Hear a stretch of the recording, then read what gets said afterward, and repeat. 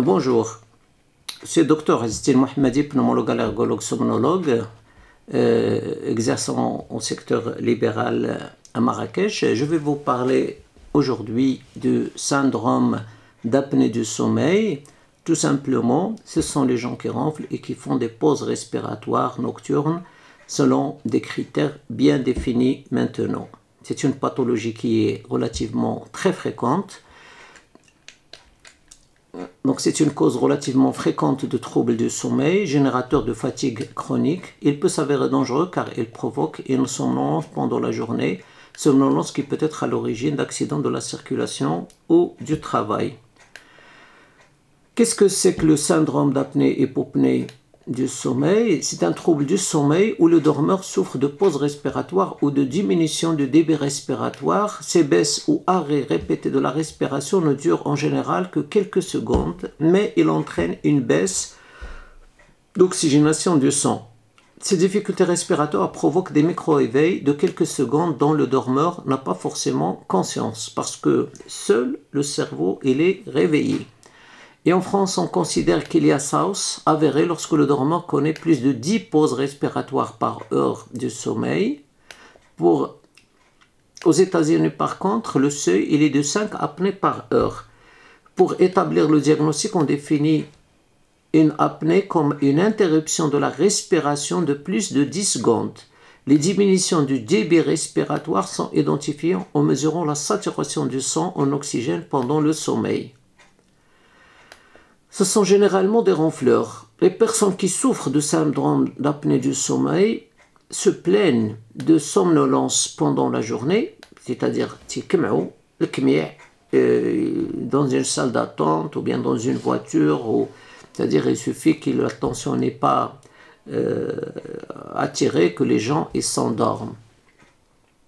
De maux de tête en se levant, de réveil en sursaut au cours de la nuit, de sueur nocturne, de devoir se lever fréquemment la nuit pour uriner, d'irritabilité et d'agressivité, voire d'épisodes dépressifs. Parfois, elles signalent des troubles de la mémoire et de la concentration, ainsi qu'une baisse du désir sexuel, voire une impuissance.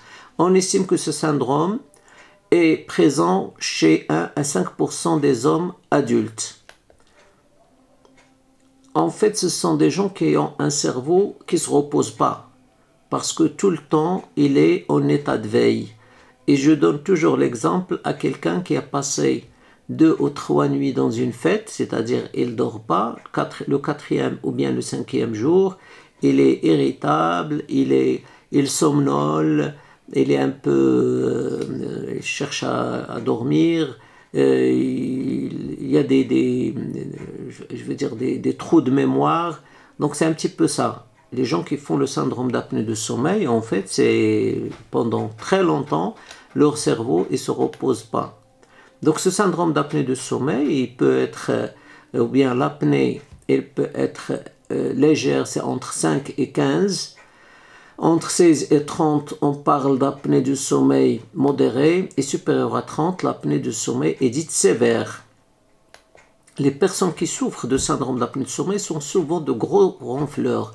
Néanmoins, certaines personnes qui se plaignent de somnolence dans la journée ne souffrent pas d'apnée du sommeil. Ce sont simplement des dormeurs que leur ronflement réveille plusieurs fois par heure et qui ne peuvent de ce fait bénéficier d'un sommeil réparateur. Dans ce cas, on parle plutôt de syndrome de haute résistance des voies aériennes supérieures lorsque les efforts respiratoires provoquent au moins 10 micro-éveils par heure de sommeil, sans apnée. Les facteurs favorisant le ronflement sont le sexe masculin, plus de 80% des hommes ronflent, l'âge, le phénomène est plus fréquent après 60 ans, l'excès de poids et la consommation d'alcool. Certains médicaments contre les troubles de sommeil ou l'anxiété peuvent également augmenter les ronflements.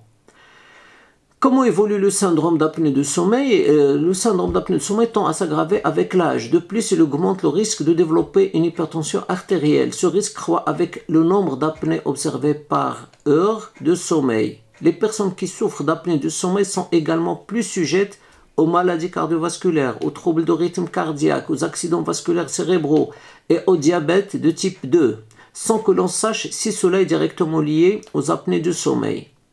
Quelles sont les causes des apnées? Les apnées obstructives du sommeil sont observées lorsqu'il y a un obstacle physique qui bloque le passage de l'air. Par exemple, les parties molles du palais, langue qui est une base très large, des amygdales, un tissu adipeux très développé chez les obèses, le nez bouché, etc. Parfois, il arrive que ce phénomène soit aggravé par la trop petite taille des maxillaires et des mandibules. De plus, la position couchée sur le dos ou la flexion du cou pendant le sommeil peuvent contribuer à l'obstruction des voies respiratoires. Quels sont donc les facteurs qui favorisent l'apnée du sommeil? Les facteurs qui favorisent le syndrome d'apnée du sommeil sont le sexe masculin, comme on a dit, l'âge, jusqu'à 30% des personnes de plus de 65 ans seraient touchées, l'excès de poids, un IMC, l'index de masse corporelle, ou bien la BMI, le Body Mass Index, supérieur à 27 kg par mètre carré. L'IMC correspond en fait au poids divisé par la taille au carré, qui doit être normalement entre 20 et 24. Quand il dépasse 30, là on parle d'obésité. C'est la définition internationale de l'obésité, c'est un IMC supérieur à 30. La consommation d'alcool ou la prise de somnifères avant le coucher. Le tabagisme, les maladies respiratoires comme l'asthme, l'obstruction nasale favorisent également les apnées. L'apnée du sommeil touche près de 2% des enfants entre 2 et 6 ans. Et chez les enfants, c'est généralement des grosses amygdales, voire des malformations crâniennes. Et donc le traitement chez les enfants, après un diagnostic, consiste à retirer ces amygdales. Quand doit-on suspecter une apnée du sommeil? Le plus souvent, c'est le conjoint du patient ou du patiente qui s'inquiète des apnées obstructives pendant le sommeil. Lorsque le patient dort seul, c'est le plus souvent la somnolence pendant la journée qui l'amène à consulter son médecin.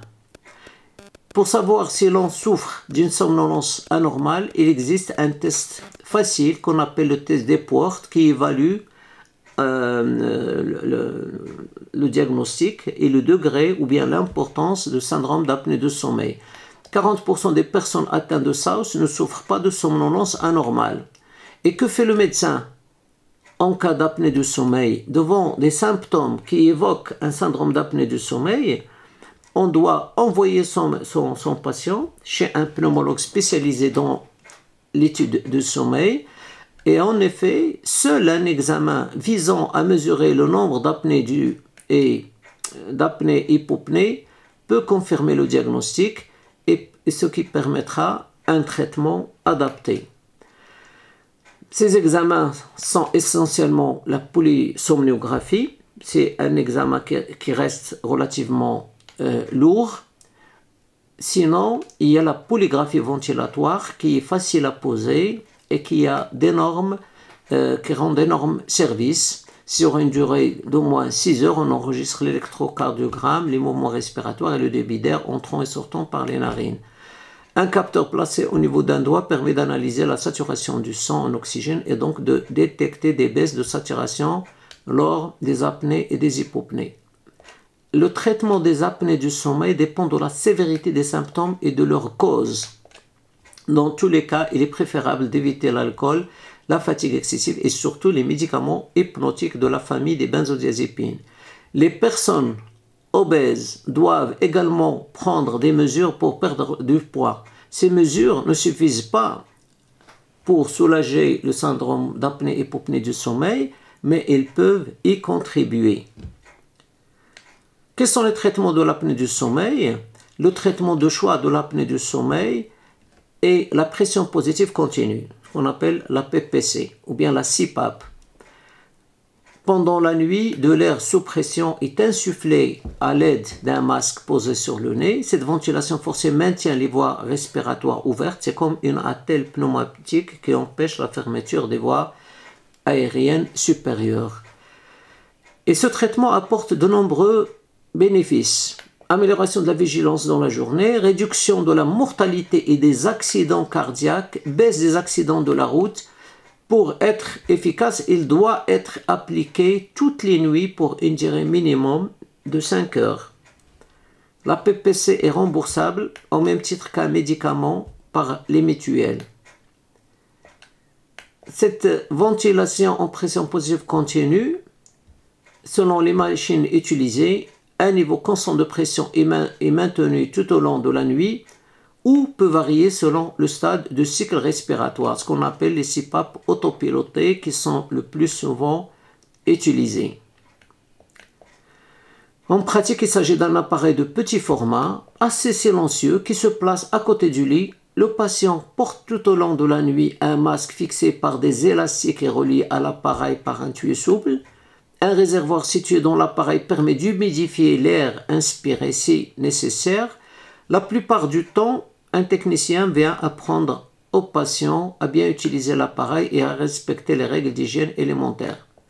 Il passe ensuite 2 fois par an au domicile pour effectuer les opérations de maintenance et remplacer les masques et les tuyaux.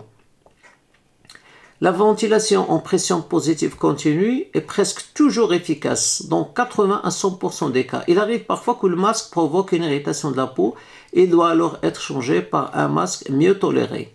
Les autres types de traitements, si la cause des apnées est liée à un défaut anatomique, une intervention chirurgicale peut être nécessaire, comme l'ablation des amygdales ou de la luette, la modification de l'anatomie du pharynx, une chirurgie nasale, chirurgie maxillaire, etc. Ces traitements chirurgicaux sont moins efficaces que la ventilation PPC.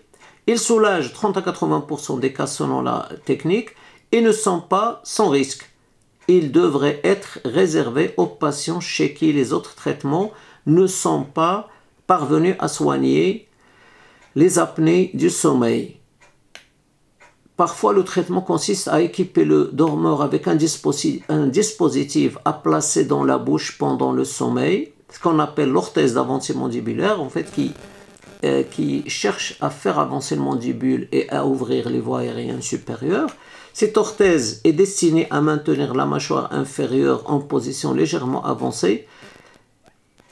Il est réalisé sur mesure, force la langue à avancer et permet de libérer le passage de l'air dans le pharynx. Ces orthèses semblent efficaces chez certains patients. Ils sont plutôt proposés aux patients chez qui la ventilation en PPC n'a pas été efficace ou bien supportée. Enfin, chez les personnes victimes de somnolence pendant la journée du fait d'un sommeil perturbé par les apnées résistantes à ce traitement, le solriamfetol, le nom commercial c'est le Sunosi, peut être prescrit pour améliorer l'éveil et réduire la somnolence excessive. Ce traitement est contre-indiqué chez les personnes souffrant de maladies cardiovasculaires. Et donc pour résumer, devant tout patient qui a de l'hypertension artérielle qui ronfle, un diabète type 2 et qui ronfle, une impuissance sexuelle et qui ronfle, il faut envoyer ce patient chez un pneumologue spécialisé dans le C pour faire l'enregistrement, faire le diagnostic et traiter.